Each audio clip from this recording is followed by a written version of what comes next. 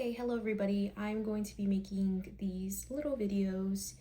I'm currently in law school, so this is more of a way to possibly help me study and stick to my schedule.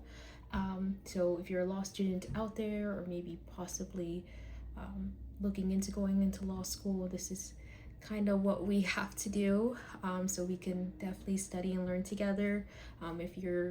If you've already graduated law school or you're an attorney, I don't know why you'd be watching these videos, but if you have any comments or advice or things I should change or other supplements that you recommend, please comment that below.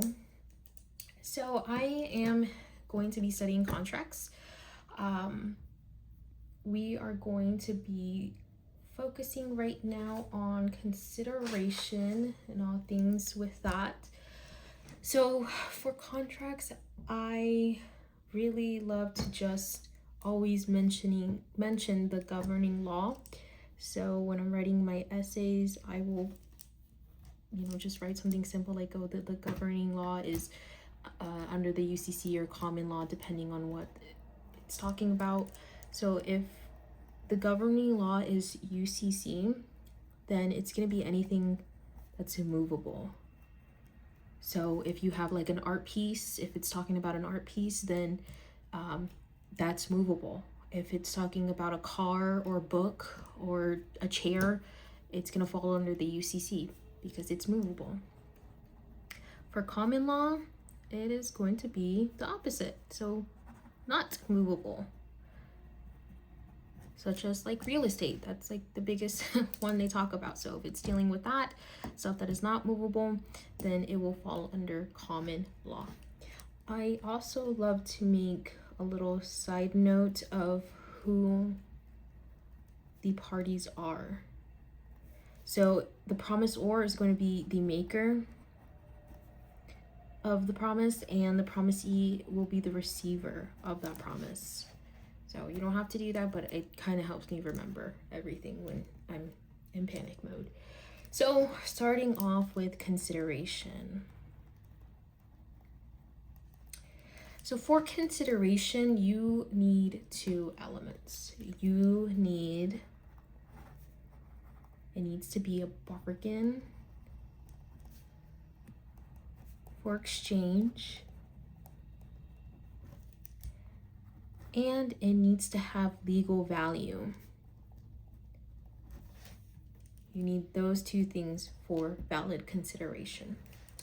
So let's go ahead. So for it to be a bargain for exchange, it's going to be a performance or promise that is sought by the promisor in exchange for his promise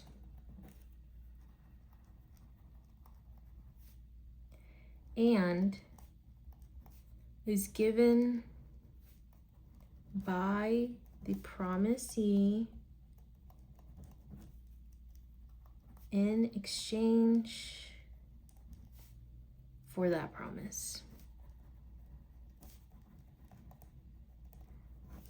Okay, so the definition or rule for bargain for exchange is performance or promise that is sought by the promisor in exchange for his promise and is given by the promisee in exchange for that promise. Okay, so our maker is saying, hey, I promise to pay you $100 to mow my lawn.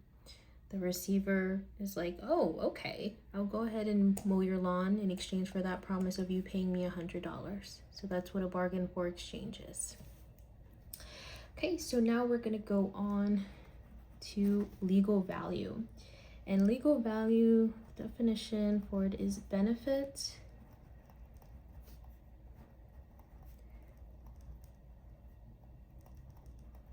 or detriment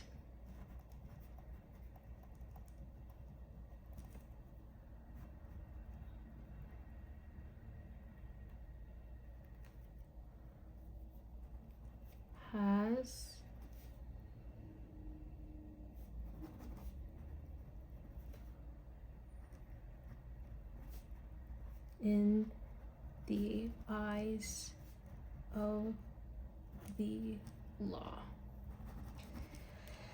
So for legal value, it's going to be a benefit or detriment and has value in the eyes of the law. Okay, so it will be a benefit to the promisor.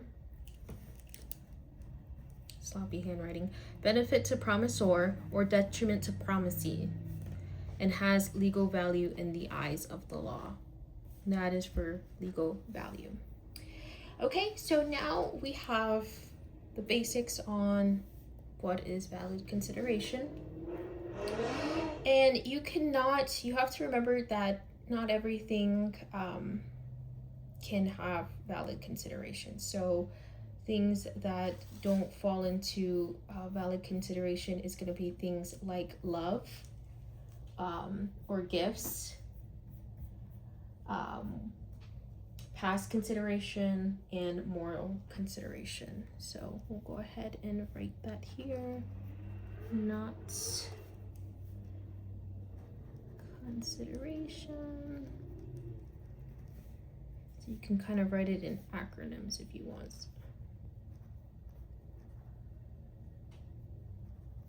So G for gifts, love, past consideration,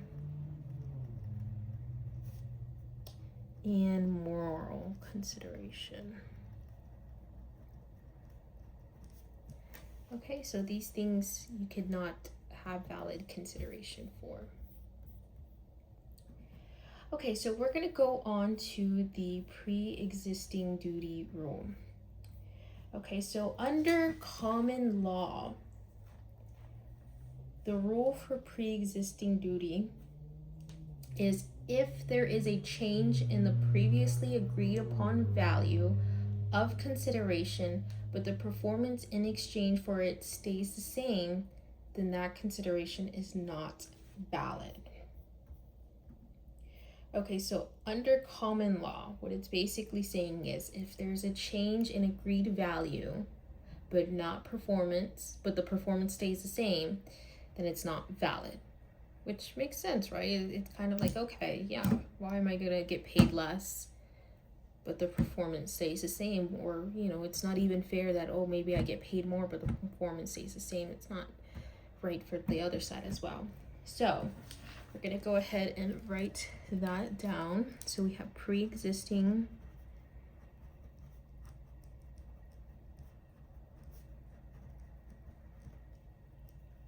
so we're gonna have it under common law.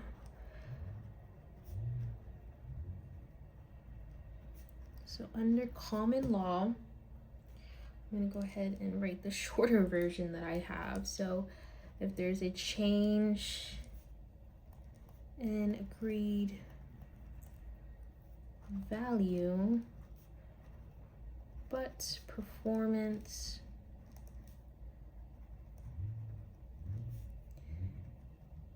stays the same,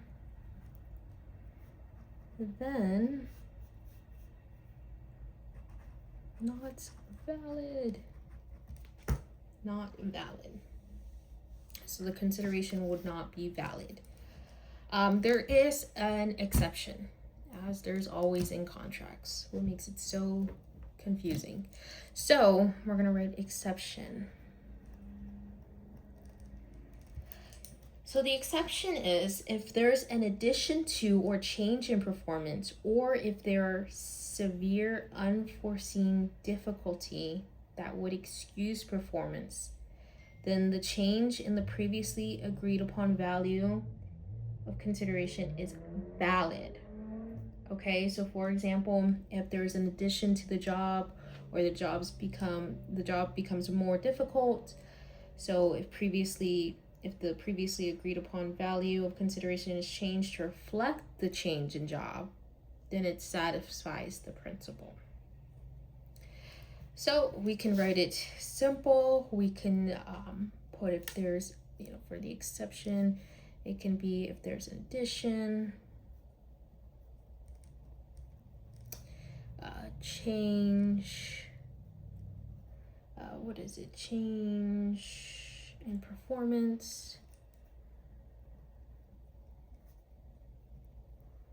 So the change in performance, you know, then the legal value is going to change with that too. And then there was a unforeseen difficulty. Okay, so under common law for the pre-existing duty rule, so if there's a change in the value, but the performance stays the same, then it's not valid. But the exceptions are if there's an addition, so legal value will change in performance, then legal value is fine to change. And then unforeseen difficulty, then that is a valid exception for the legal value to change. Okay, so now we're gonna go ahead and continue with pre-existing duty rule, but under common law, so under UCC.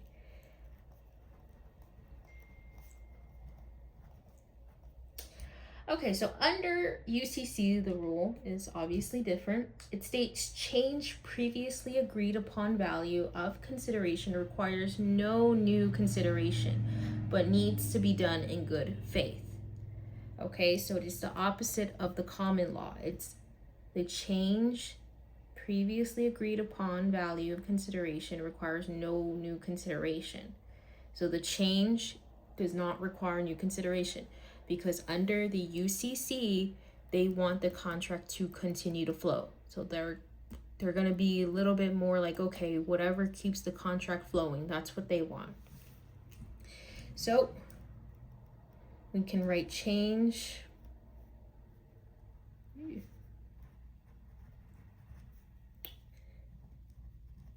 does not require new consideration, but needs to be done in good faith. It's kind of tight right here, but